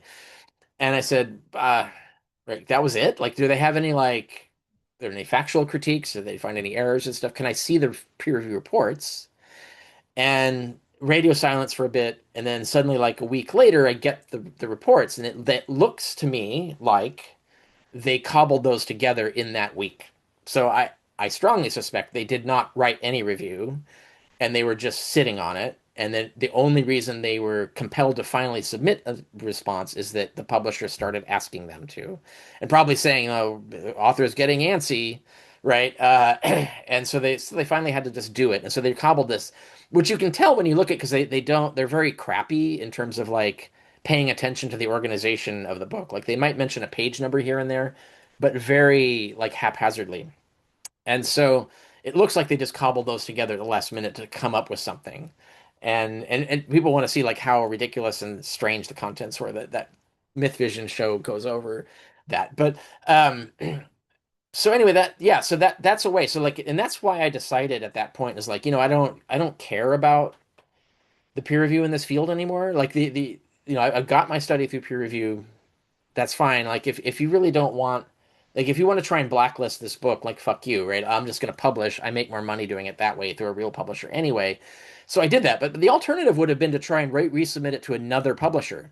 But what's going to happen? They're going to sit on it for 6 months and then till I complain, and then they're going to make some bullshit reason to reject it. And then I go to another publisher and it's going to be the same thing. So we're taking years and years and years, and this is how they can blacklist people without blacklisting them, right? It's just never do it sit on it, drag until they get tired and go away, right? Like so that's a strategy, and I've heard other people complain about this strategy against their own work in other fields that peer reviewers use, and so that's why there's been this trend of journals and publishers to start clamping down on that strategy by deadlining it, which is good. That's what they have to do, but they shouldn't have to do that.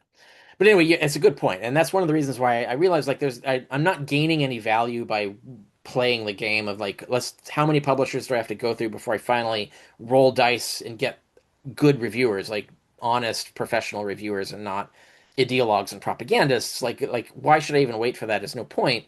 Either you want to read the book or you don't. And so what I point is I just publish the book and I point this out. It's like, look, the peer reviewers didn't want it published, but they found no factual errors and they identified no errors of methodology. So decide what you will, whether you think this book is worth the bother of reading or not. And so that's what I did. Because I just at that point I just didn't care. But I do find this problem a lot in other. I've seen it happen to other people and things like that. The sort of sitting on it as a strategy to get rid of things, and you got to be aware of that. But this goes back to the problem that, that no one wants to do peer review. So there's a crisis. Part of the crisis of peer review is finding peer reviewers, and you got all these ideologues then swarm in to take over, and so you see that leveraging up of the strategy of sitting on things that they don't want to see published, hoping they can wait out the author and the author will give up, right? And so I think that's kind of going on a bit as well. And I think it's a very important like thing to mention the time factor because if this happens, for example, to someone who doesn't have the ability to publish independently, for example, they could end up going through a process where they published like where they try to get to one journal, it takes like 6 months or even a year, nothing happens. They get some mediocre review, they get rejected. This happens again and again and again. You could spend years with no ability to get your scholarship, even if it's good, even if it's worth the time, to go through peer review, and then a reductivist or a triumphalist can cynically come along and say, "Ha ha, you never got it through peer review. Yeah. Mysticism is amateurish, blah blah blah." Yep, that's right. Yeah, exactly.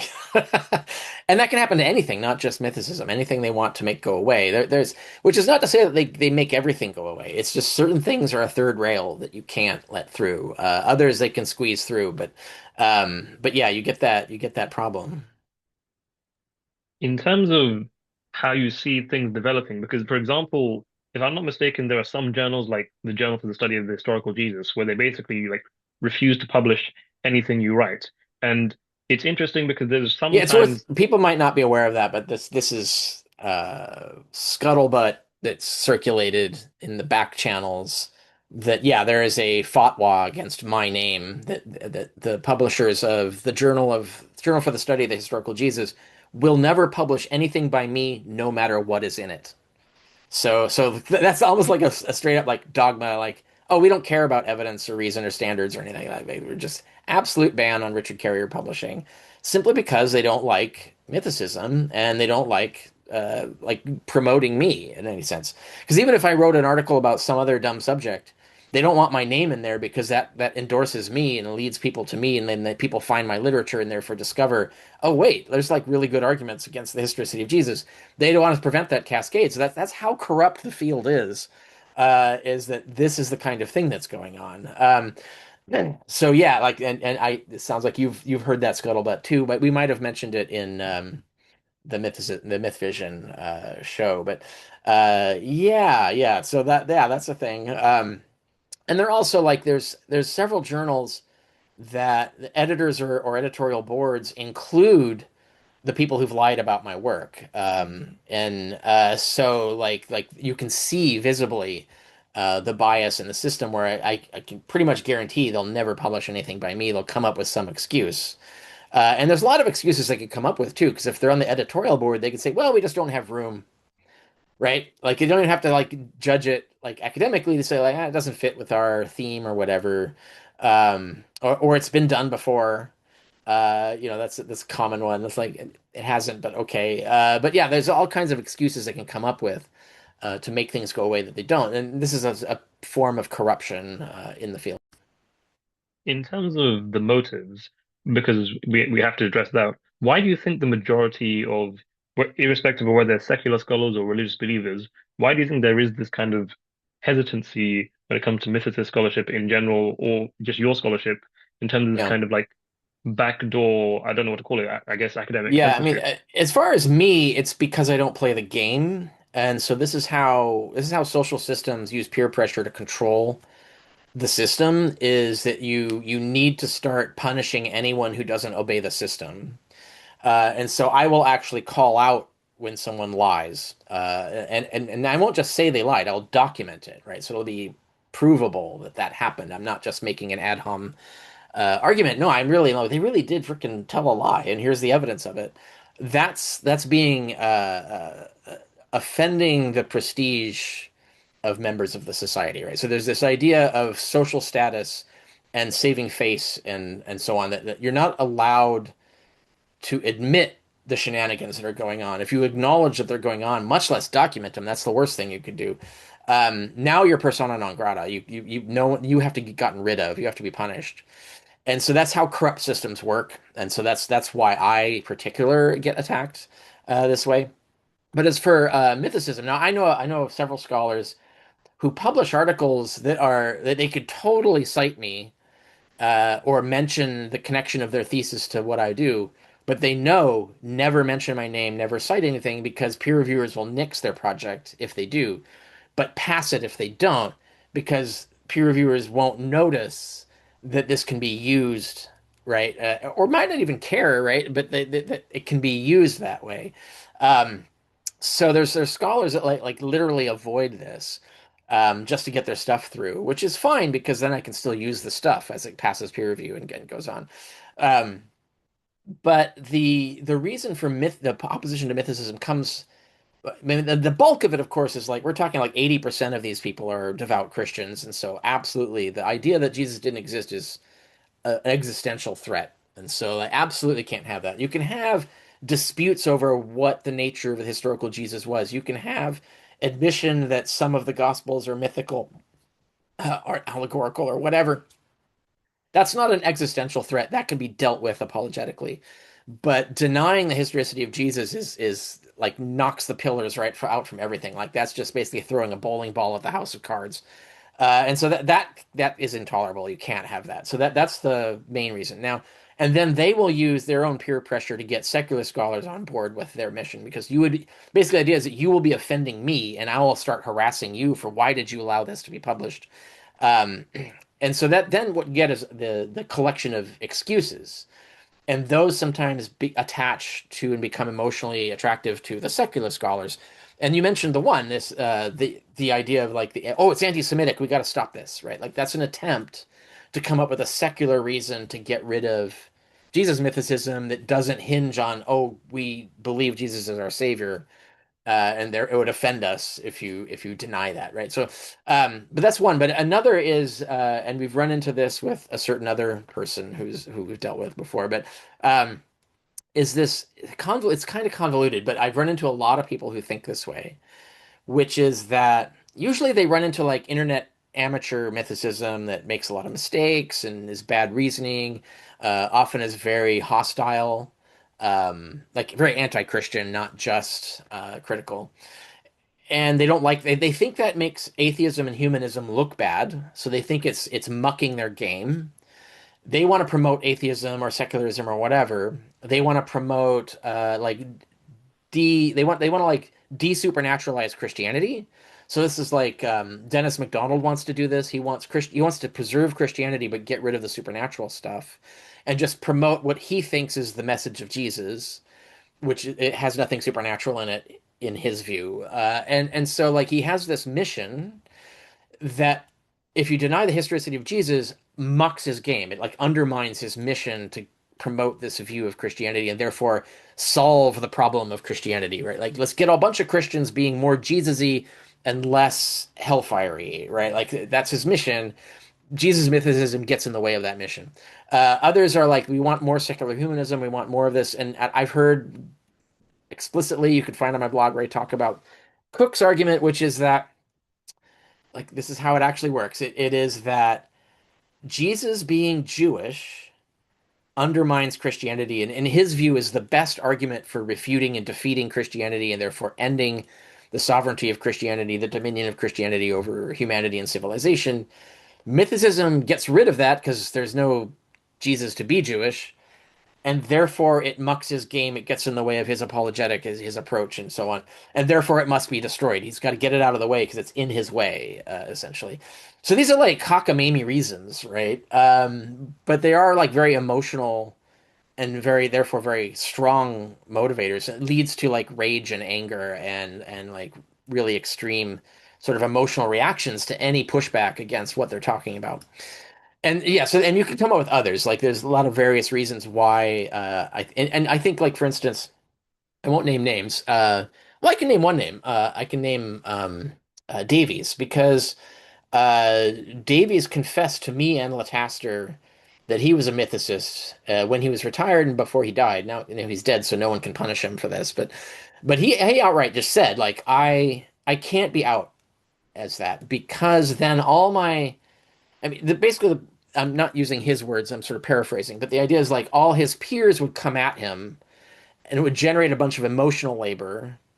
And they might then start attacking all his other work, and therefore his accomplishments will be tarnished or defeated or whatever. And he recognized that this was a shitty reason not to be out. But he said, but I'm fear that that's what's going to happen. So I can't. I just can't. Right. And so I think there's a lot, you see this a lot when scholars won't criticize me, but will hedge over the historicity of Jesus and give some sort. Well, I think Jesus existed because of whatever, and that's the only response they give. Like they don't interact with any of my book's arguments or anything like that. Um, and I think what they're doing is they're trying to avoid just complicating their life, right? Like, so I think like in many cases they might even be willing to entertain, like, that might be true. There might not be a Jesus, but I can't say that because then it would like lead to all of this harassment and pressure and difficulties that would just take up my time, eat all my spoons up. And but I want to do this other stuff. Like there's projects I want to work on. There's people I want to work with. I don't need to catch hell from my students or my administration. Even if it doesn't lead to anything like this, doesn't lead to them being fired or anything like that. It's it's a lot, right? So it's basically it's a punishment that's kind of pretends not to be a punishment. It's like, we're not firing you, we're just making your life miserable, right? And I think there, even insofar as that might not even be true, it might be true in some cases, but the problem is, and as with Davies, because he was retired, like he really was immune to all this. They believe it. That's all that matters is that you believe that you will be punished and it'll be a big headache. Why do the headache when you could just make it go away and go do your own thing, right? Like it's just easier to avoid the subject. And I run into this in a similar way in a different topic. Many years ago, I was running a series of women in philosophy, and I was doing interviews with women philosophers. And one of the things that came up a lot, and it was on my website, which was atheist themed, right? So everybody knows I'm an atheist and so on. And I was always doing these interviews from that angle, like atheist women in philosophy, and a lot of no's that I got in terms of I don't want to do that interview, and let me explain why. Is that yeah, I am an atheist, and it's not hidden per se. But I'm already a woman in philosophy. I'm already taking shit tons of shit, right? Like I have to deal with a bunch of bullshit just being a woman. If I'm also a woman and out as an atheist, like that's you're doubling the amount of emotional labor that I have to deal with. You're making my life more of a burden. So it's easier just to not talk about that. I want to talk about like epistemology. Like I don't want to deal with I don't want this kind of harassment and pressuring and statements of concern and my peers coming to explain like why are you so hot? Why are you so angry? Why are you now attacking Christianity and all this stuff? Um, and then all the stuff like, oh, you're an atheist, and then there's suspicion and like, well, we don't like that there's this out atheist. They're too out. Can't have that teaching our kids. Like that's not acceptable. And even if, like I said, again, if nothing actually happens, it doesn't matter. What matters is they believe it will. Like the panopticon has got them. They think they're being watched. They think something's going to happen because that's what the corrupt system has created. They've created this feeling that it will happen even if it's only happens like 1% of the time, it doesn't matter. It's too many. It's too much of a risk. Why take the risk? It's easier to just avoid it. And so I think a lot of this. So you've got both the hostility version is because mythicism gets in the way somehow of some weird cockamamie project they have.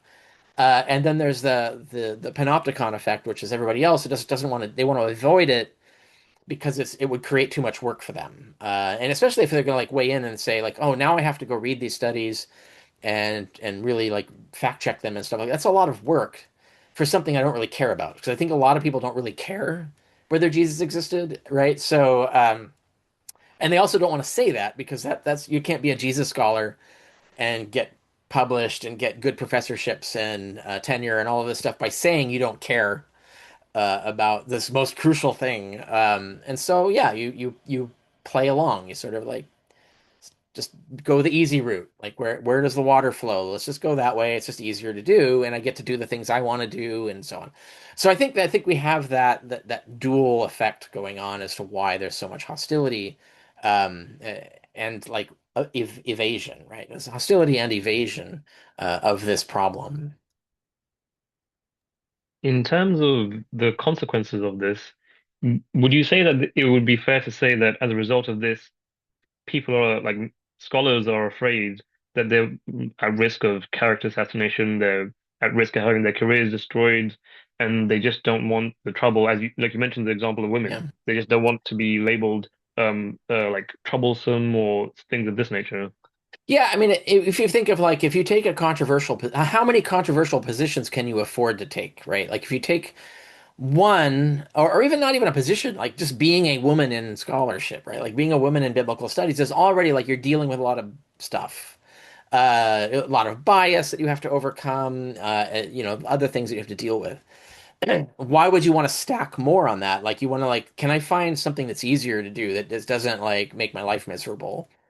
So yeah, there's that, and again, I want to emphasize like it doesn't even have to be the case that someone will get fired. That could happen and has happened. We have examples of people who got fired for taking positions that the mainstream didn't like, and so that we have many examples of that. Um, but it doesn't mean that like if Bart Ehrman, for example, were to come out as a mythicist, well, he's retired now, so it doesn't matter. But so it wouldn't like see he wouldn't get fired, right? But even when he was still a professor, he wouldn't have gotten fired. Like he's too high profile. He had tenure. Like he wouldn't have gotten fired for that.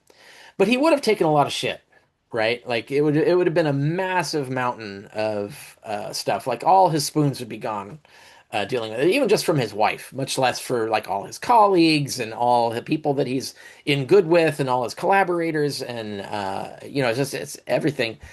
That's just a lot to deal with. But also, I think in Ehrman's case, I feel like he's very aversive to ever admitting he's wrong.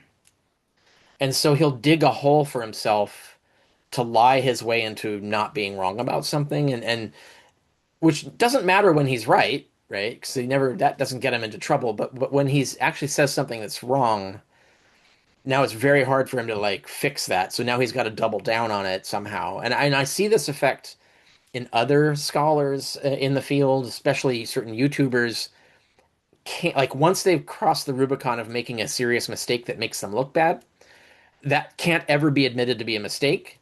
And that requires this sort of emotional attack on mythicism and me and so on. Why, how dare I keep pointing out that they made a mistake, right? Like that's the so therefore they can't have made a mistake. And so they have to double down on the mistake. And now it's a lie because they know it's a mistake, but now they're defending it.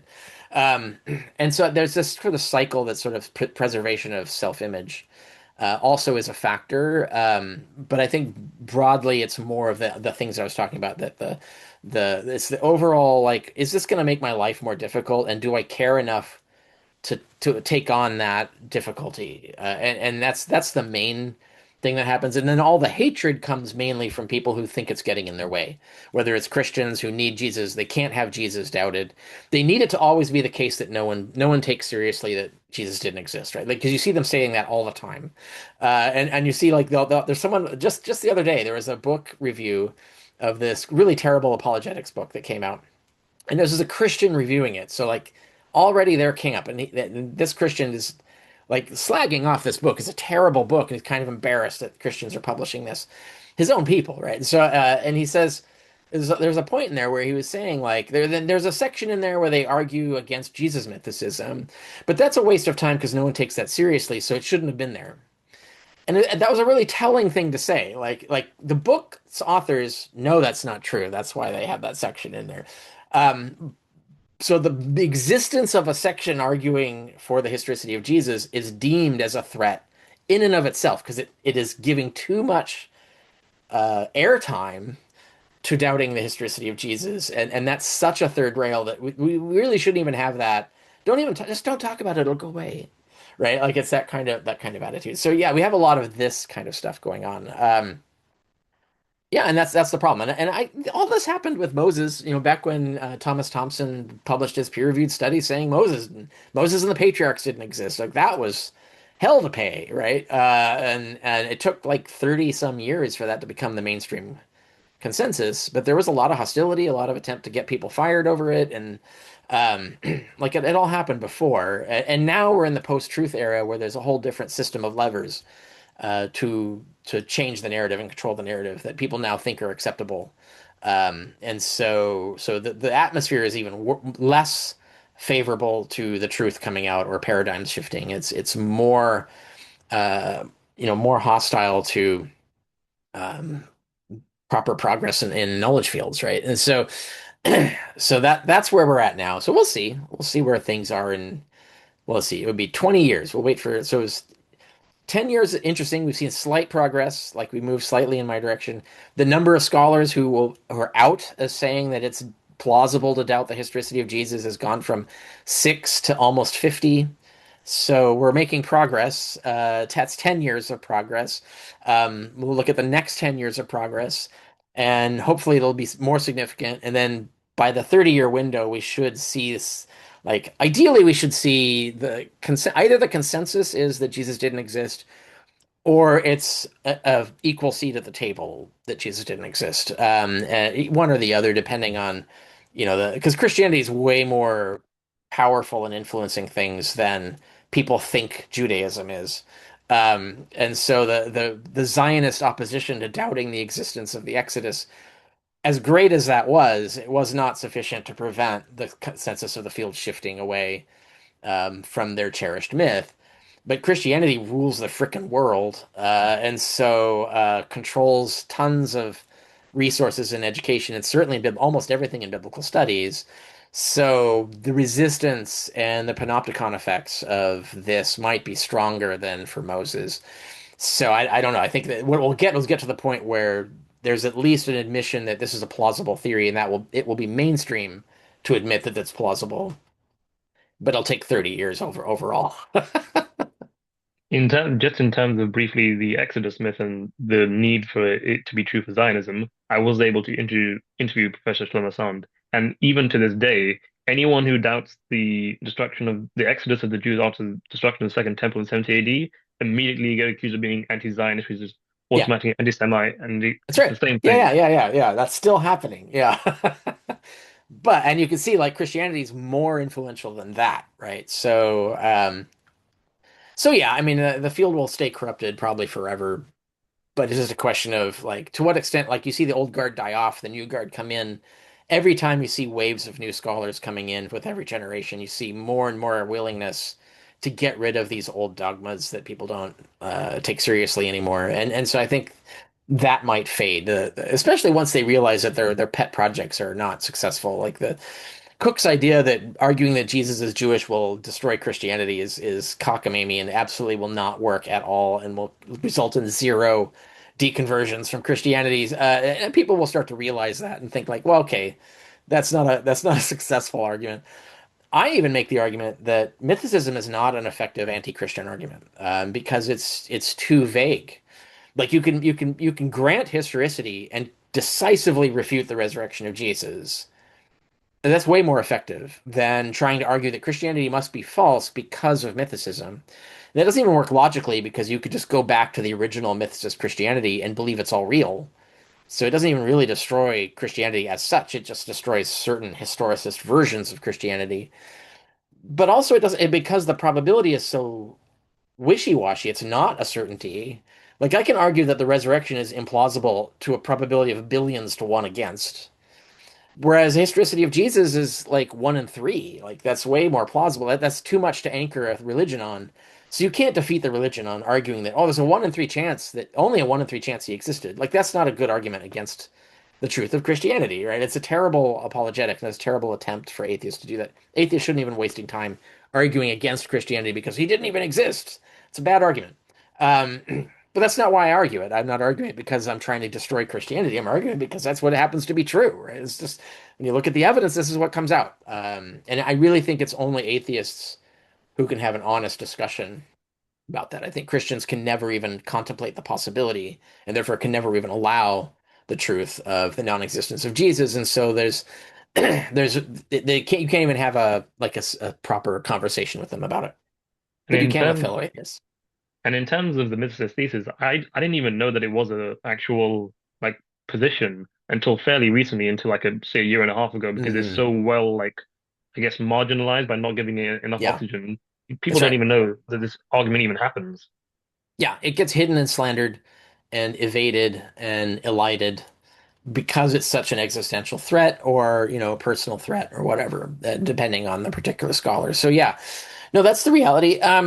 But I think in truth, we have to be honest and admit that until I published in 2014, um, there really wasn't a good reason to take it seriously.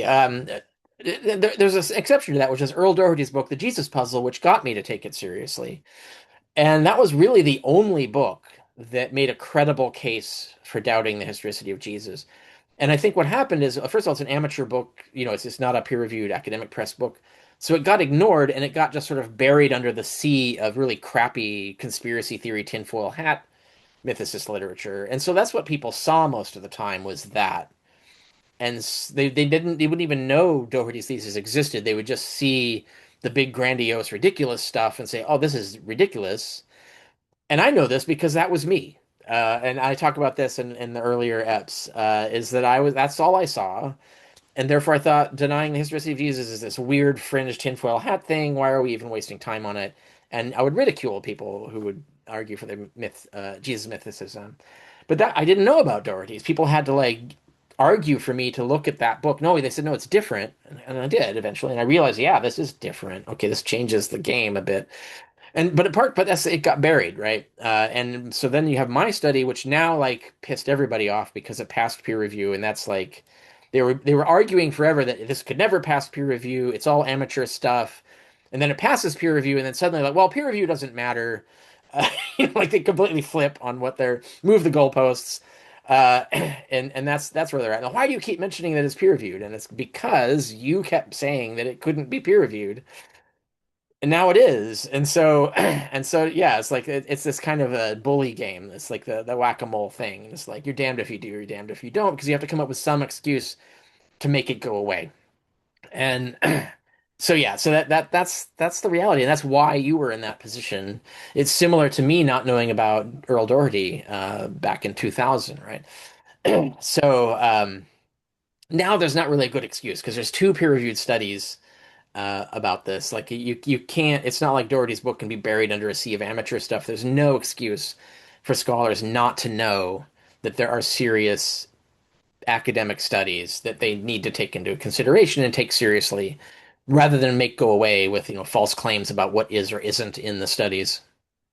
And in terms of peer review, the number still sticks in my head, like six to like a year to just review a book. I mean, I managed to read, like I'm not an expert, I'm just a layman, but I managed to read like all three of your books in like 2 months. And Yeah, if I can do that, then surely like a yeah, PhD who's been in the field for like 20 years can do it within 6 months, surely. yeah. So the short answer is yes. There is an institutional problem that intervenes there, which is that professorships suck now because of people can Google enshittification. Enshittification has occurred to academia, and what this means is that most PhDs who are employed in something that would be anything resembling a professorship um, are overworked and underpaid, right? So they're paid below minimum wage and they work outrageous hours. So they really don't have time to do this. This comes up in the literature I'm talking about, the crisis in peer review, that there's this this is a thing that's pointed out is that we have ground away all the time that used to be available for these professors and lecturers to do peer review. We've eaten it up by like making them work outrageous hours and paying them so little that they're basically just crushed. And so that's why they don't want to waste time doing peer review. The institution has created this problem. It's not that scholars are lazy, right? Um, so the idea that like you could do it, maybe you have more time than your average professor. And even if you get to like the higher levels, professors who are actually getting paid decent wages, they also are overworked. They're asked to do more and more committee work, and they aren't just doing grading, lecturing, and office time. They're also doing committee work and all this other stuff, and they have to publish or perish, so they've got to do lots of publishing. So they've got to focus on their own thing. And so that grinds away all the time that used to be available for them to be peer reviewers. And like I said, all the literature on the peer review crisis in all fields talks about this as a problem in all knowledge fields. It's just capitalism grinding away a useful resource once again. So that's part of the problem, and I think that needs to be acknowledged because there is a systemic problem that needs to be solved before you can't just say professors are being lazy. They need to do this more. So yeah, they do need to do this more, but you need to make it possible for them to do this more, and that's the more insurmountable problem. But anyway, that gets to a big picture issue. Well, hopefully these series of interviews will help make people at least aware of the arguments so they Yeah, can yeah, yeah. do their own reading and make their own conclusion. It's been Yeah, great I have fun an talking to you. article on my blog that's do your own how to do your own research. And so like yeah, if you want to know how to actually vet this stuff competently without being an expert in the field, I give advice on how to do that. And you can look at the advice and you would agree that yeah, that would actually work. I should do that. And so people can go and do that and actually do this kind of comparison. And Obsolete Paradigm has that critics chapter that lists literally everything any real academic critique that exists. So you can actually read the books, read the critiques, and do your own fact check. Just like, do these reviews actually hold up against the actual material? Like, who's right here? Am I the one who's lying? Are they the one who's lying? Like, you can actually find out. Like, it's actually possible. You don't have to be an expert to do this. And that chapter 3, gives you all the resources that you need to like begin that adventure, essentially. And it's unfortunate that lay people need to do this now. More and more expertise is becoming less and less valuable because it's becoming more and more dishonest. And so it's very difficult for people to find experts that they can trust. Meaning that now you have to kind of vet everything yourself, like way more than you used to.